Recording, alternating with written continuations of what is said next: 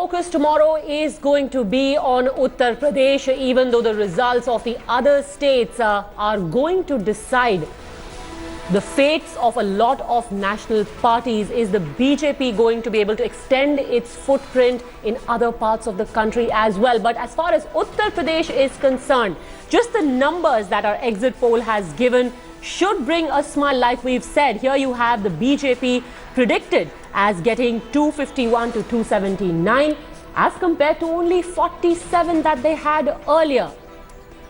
The Samajwadi Party alliance with the Congress is projected to get 88 to 112, down from 261 in the last elections. The BSP is the real shocker here, down from 80. They could get as few as 28 to 42 seats. Before we get in, our pollsters and our analysts to really figure out what explains the downfall of the BSP in particular and also the Congress and Samajwadi Party. Let me introduce Sardar R.P. Singh of the BJP, and we've got Ghanshyam Tiwari of the Samajwadi Party. Let me first ask you, Ghanshyam Tiwari, what happened?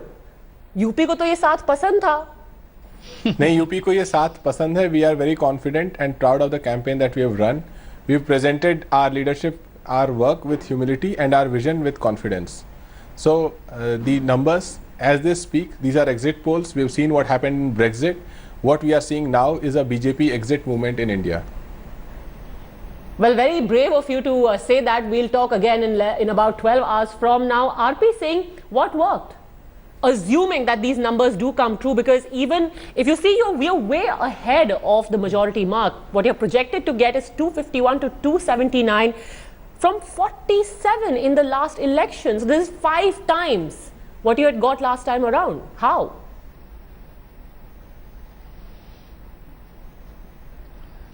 Let me first answer what Ghanshyam Tiwari said and where he left, that they are confident.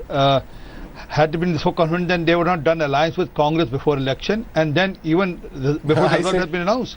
They are already announcing their alliance with BSP. I mean, they already spoken about alliance with, you already spoken about alliance with BSP. So what sort of confidence you have, it shows. But it's people now are fed up of BSP and SP and Congress put together. They have seen all this, what Congress used to say, 27 saal UP Bihar. And they have gone by the Nara of Congress, slogan of the Congress, that 27 saal UP Bihar. And this shows that people are now fed up of the decisive policy, and they are looking for development as a path for the UP also now, along with Narendra Modi's slogan of Sabka Saath, Sabka Vikas. No, and before I bring in Manisha Priyam, can you please respond to that very curious hint that Akhilesh Yadav has dropped about an alliance with the BSP to go back to Bua after what happened in the guest house? Yeah, I think that's a very curious statement. That he is not disowning it very strongly makes us suspect that there is some hint of truth there. Remember that just on the penultimate day of the voting, Mulayam Singh Yadav's wife, which is Akhilesh's stepmother, has also said कि बहुत बुरा व्यवहार किया गया नेताजी के साथ.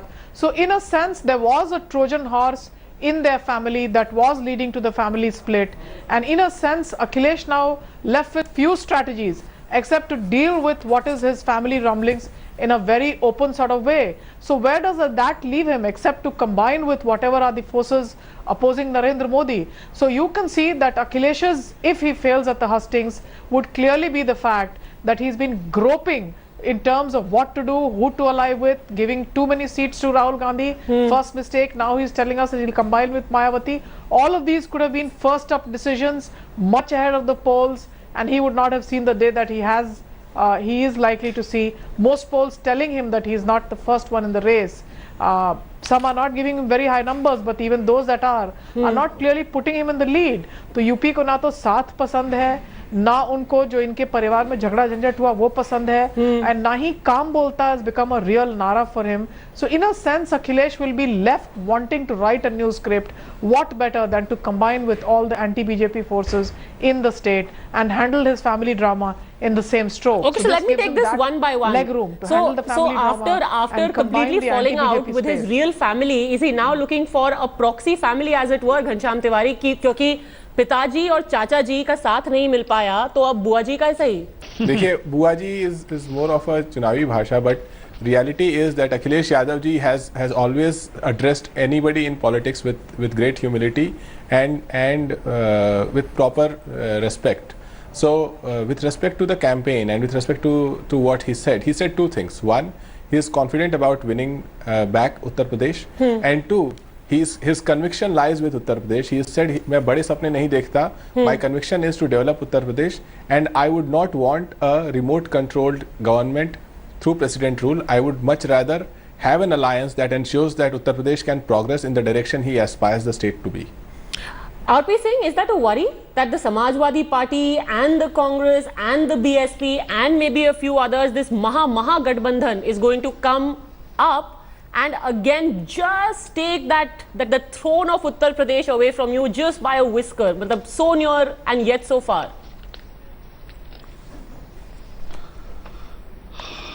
I have no doubt that the results are clear, that we are going to get a clean and clear majority in Uttar Pradesh, and they will this dream of coming together and Bua and Bhatija is going to stay as it is, because people of Uttar Pradesh have seen. I am again telling you, see, people of Uttar Pradesh have seen काम बोलते हैं या कारनामे बोलते हैं. I'm repeating what has been said earlier, but on ground there is nothing which has happened. And then, if we were to go into detail, we know how police was misused, how development came to halt. Only things on paper and was there. So people of Uttar Pradesh have made up mind and wait for tomorrow. By tomorrow afternoon it will be clear. There will be no Bhatija required. I mean, they can do their tab. Probably as an opposition also they can do a tab. If they think of doing that, they are most welcome. They can stitch up a alliance for opposition also. Well, that's mighty magnanimous of you to allow them that opposition space, all of them coming together. Let me also bring in now senior journalist Sharad Pradhan, who's joining us in our Noida studio. Sharad Pradhan, is this just talk before the actual results come in about a tie-up between SP BSP? Do you really see that happening? Because you've been in Lucknow, you've seen the politics and the kind of acrimony and violence that marked the falling out between the Samajwadi Party and BSP. We all remember what happened at the guest house. It was more of a personal war between Mulayam and Mayawati. And you know, there were various points of time over the past many years when Mulayam was ready to once again shake hands with her. But Mayawati would not do it, because Mayawati considered, you know, anything to do with Mulayam was far beyond her comprehension, because she just detested the very idea. In fact, if I'm not mistaken, in her biography, there is a mention about the only time Mayawati even betrays any emotion is when she talks about that episode, because that was the time she came closest to being physically assaulted. Yeah, she said it. I did a couple of interviews with her, and at that point of time, she said it in as many words that I would have been killed. That was the whole idea behind it. And she even went to the extent of saying that if I were killed, then I don't know what would have happened to Mr. Kanshiram, and the party would have gone. And probably, I mean, it couldn't be ruled out. That's the reason there was so much acrimony. Now, at this point of time, if Akhilesh talks in these terms, which I feel still is far-fetched, you know, because one has to have the numbers. Neither Akhilesh nor even Mayawati, Akhilesh put together, they are not going to come up to the number if the exit poll is to be believed. In that case, you know, there could be one remote possibility that, you know, Akhilesh now having seen as somebody who walked out of his father, who dethroned his father, there may be a possibility that, but you know, another factor comes into play. Mind you, the CBI sword is still hanging over both the families. And knowing Modi, what Modi is capable of doing, he could prevent that. Very interesting. The final question on this particular issue, Manisha Priyam. You know, everyone said their piece about what could be the possible permutations and combinations, but Mayawati has remained quiet. Will she actually go along with this formula that Akhilesh seems to have now, floated? You know what? Mayawati would really wait for the results. She's not seen as someone who really goes out and talks too much. At least this time around, she's been at least seen coming out and talking to the press, and others have come up and addressed. She's somewhat of a loner in this respect, but as of now, I think it is political wisdom to keep quiet until the results come out. As far as the exit polls go, she's not done as well as most people had expected her to do. There was a large segment of belief that had thought that in Western UP her showing would be good. She'd be doing well in the reserved seats in the Mulayam Singh Yadav and Akhilesh Yadav, bastion of Manpuri, Itawa, particular third and fourth phase of polling, and that doesn't seem to have happened as far as the exit polls go. So she's really weighing her options, let the results come out, and then we could see what type of script Mayawati is in there to script now. And if the BJP were indeed to follow the script of the exit polls, especially those shown on the India Today last evening, then clearly Mayawati would be left with very little options except to look for new ways of kind of reinvigorating herself. Remember, the Aam Aadmi Party is also chipped away at her voter base in Delhi first, and it seems as if in Punjab now. So Mayawati will have to look for the results day and then look for the new script. Absolutely. Mayawati could be Mayawati could be in for major trouble. You know, the party could disintegrate. You know, after all, you know, the way the party works, the way things are there, everybody knows you have to pay a fee to get a ticket. So there's no commitment. It is not the days of Kanchiram. So as long as she remains in power, they all gravitate towards her. The moment they see her as a completely having a lost case. No, and this literally will be Astitva ki ladai for her. She at the center in the Lok Sabha has no relevance. No. So if she loses relevance in Uttar Pradesh, what is left of the BSP? Yeah, you know, the kind of the way she's worked all along, you know, the arrogance, the inaccessibility, the paranoia. So all that is not working her to build her into some kind of, otherwise, you know, anybody in her position could have grown, evolved far bigger. She could have become a pan-India Dalit leader. But she didn't. And the Dalits are looking for other opportunities now. Why has that happened? You know, if you look at the results and the exit polls, and I have been maintaining it all along that there is a chunk of her voter, the Dalit voter and the MBCs who've drifted to Modi, it is because of demonetization. You know, the demonetization forced a divide between the haves and have-nots, and these have-nots come from that part of Mayawati's vote bank. So this has already happened.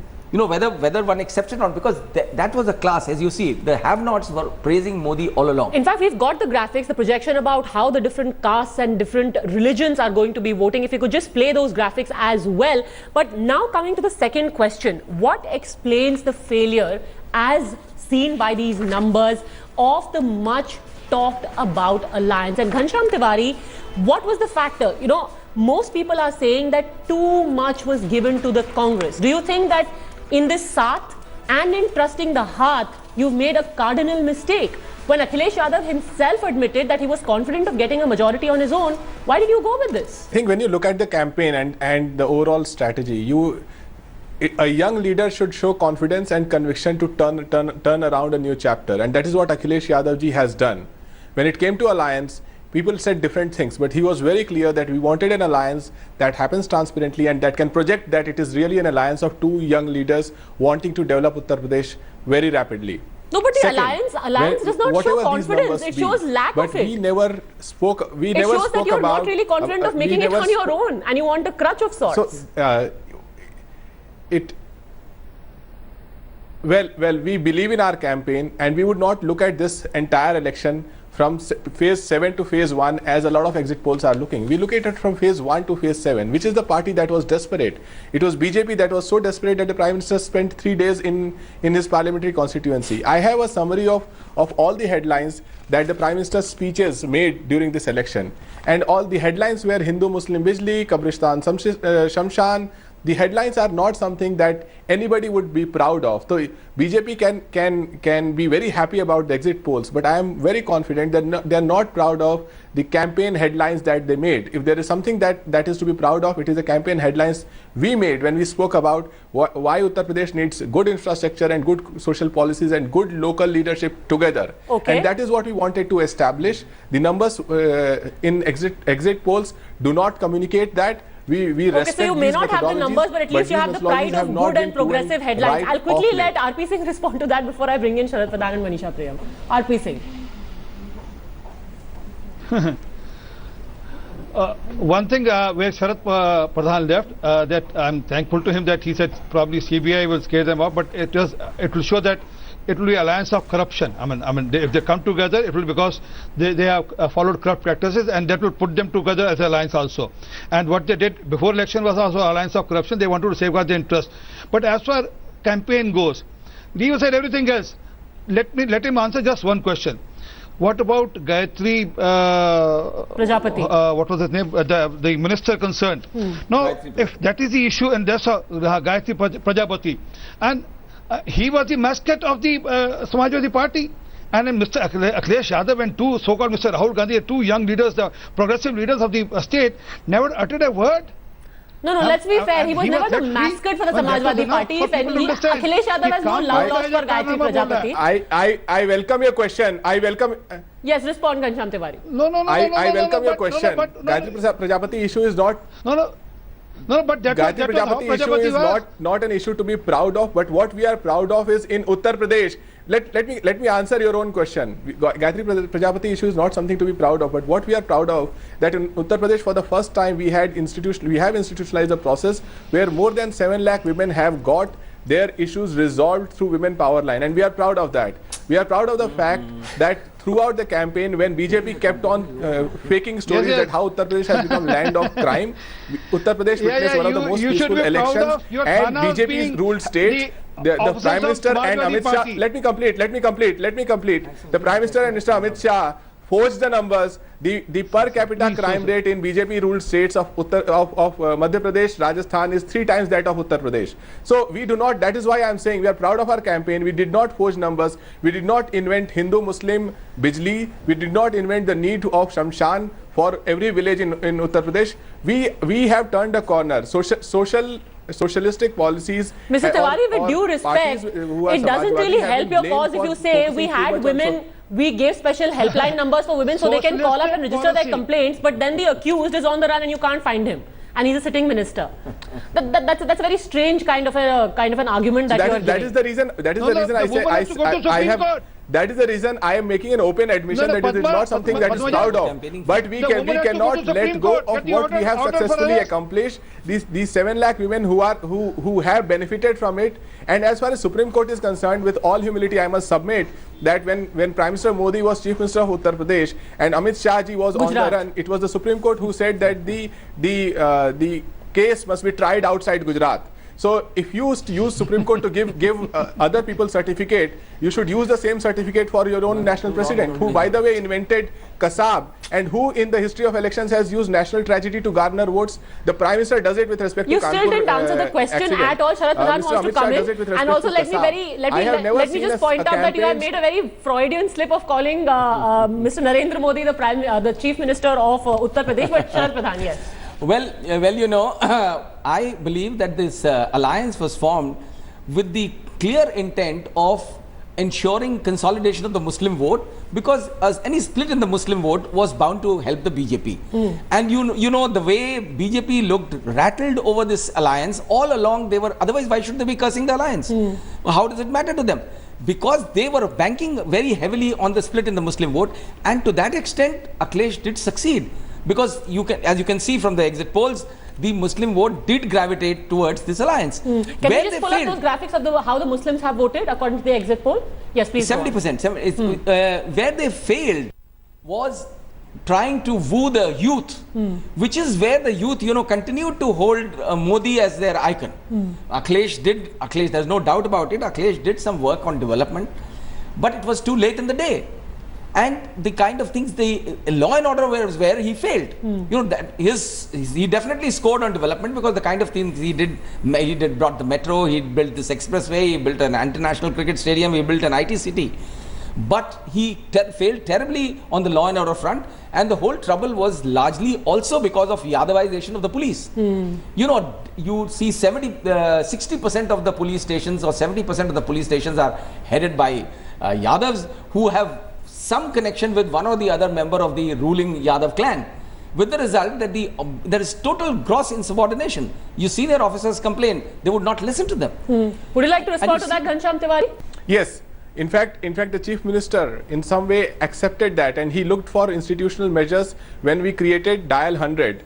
The Dial 100 was created after understanding the response system of United States, Singapore and several other countries, and what it does is actually disconnects the local Thana from crime response. the first call goes to a dial 100 centralized station, where often a woman constable or a woman police officer is responding with due respect. So we know we have a long way ahead of us, and we have looked for institutional measures to fix problems that we are clearly. Sharad Pradhan ji is a senior journalist, and if he gives us this feedback, we take it with full force, and we have responded it in an institutional measure rather than putting it under the carpet like the BJP often does. BJP's Well, you know, this Manisha Priyam almost seems reminiscent of Rahul Gandhi's way of working, you know, looking for these institutional measures to counter very real problems. Gayatri Prajapati is on the run. Institutional measure is we've got these Mahila helplines.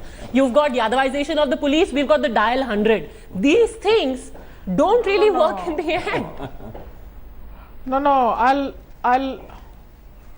No, a lot of those things may be working, but let us be very frank on this, that you cannot compare the fact that you have a Gayatri Prajapati with a certain allegation. Just answer why he could not be assisted to be handed over to the police with the kind of charges there were. You may have saved the numbers that called the helpline. So what was the person to do? Call the helpline, and then Gayatri would have met his fate.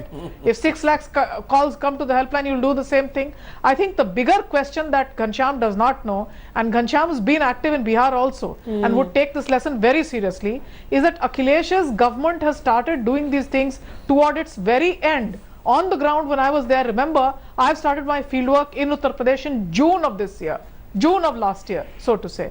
And I could see the clear differences between a Bihar and an Uttar Pradesh. That story is not lost on the ordinary person going to UP. They can see the clear differences. So what was it? It was an Akhilesh huffing, panting in the last innings, last 2 years of his being in power. The electricity, Ghanshyam can compare the electricity situation in Bihar to that in Uttar Pradesh, and you will find that the electricity power stations have gone peaking towards the very end at breakneck speed. So you can't tell us that it is a post-dated check on a crashing bank.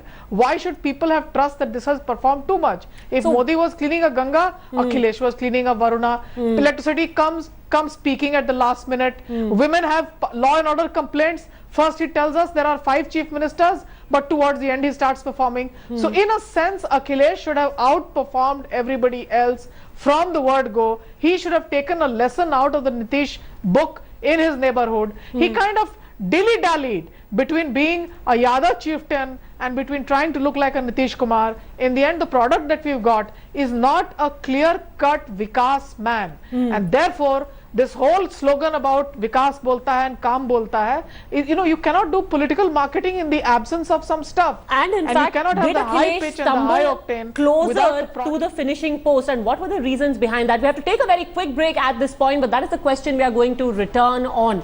What was the cardinal mistake that Samajwadi Party and Akhilesh Yadav committed, which may just cost them